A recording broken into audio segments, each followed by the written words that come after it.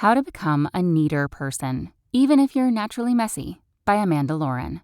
There are two kinds of people in this world, neat and messy. If you're a messy person, life can feel a bit more challenging and frustrating. It can be difficult to find things, and the aesthetic of your home might never feel quite right. Changing isn't easy, but it isn't impossible either. To find a way to keep your house, and in turn, your life, together, you just need to follow a plan and make a true commitment to yourself. Here's how to become a neater person. Yes, even if you're naturally messy. The first step to becoming more organized is to figure out why you want to change, says therapist Bonnie Scott. Maybe it will make you feel more relaxed or less scattered, she says. Maybe you're generally trying to take better care of yourself and having a tidier space would reflect that. Maybe you're tired of being hassled by people you live with, or you're frustrated when you can't find your keys on the way out of the door. Take time to understand your motivation and intentions.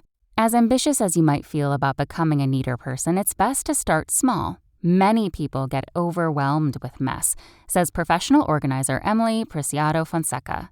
To help with that, pick a room to start in. We always start by asking our clients what areas give them the most stress and work on that first. The more things you have, the more difficult it is to keep those things neat and tidy. Preciado Fonseca advises simplifying and decluttering as much as possible to start. Excess leads to mess, she says. So apply this tried and true rule if purging is hard for you. If it costs $25 or less and you haven't used it in a year, let it go.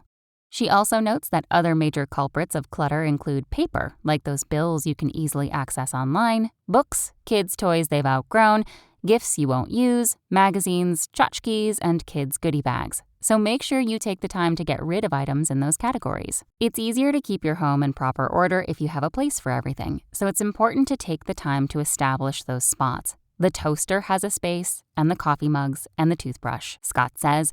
That way, there's no scrambling to figure out where to put something or the temptation to leave something lying around. It also helps you clearly see when something is out of place and prompts you to correct it.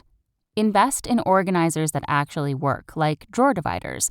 If your drawers are a hot mess, consider using drawer dividers or inserts that allow you to sort and categorize items, says professional organizer Chris Hargrove.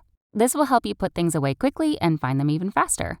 Preciado Fonseca says implementing solutions to prevent messes in the first place can be a game changer. Establish contained drop zones to store things, like big baskets at your door for when you first walk in to drop daily items, including backpacks and purses, or to house outgoing items, she says. Trying to change everything at once can be overwhelming, so Preciado Fonseca recommends focusing on just one habit a week. For example, take 10 minutes every night to get things back to the room they belong in to keep your common areas clearer, or get the week's incoming paper out of your house every Saturday, she says. From there, some of these habits will become common practice and you can fall into a more organized routine. Thanks for listening. Check back tomorrow or go to realsimple.com for the latest.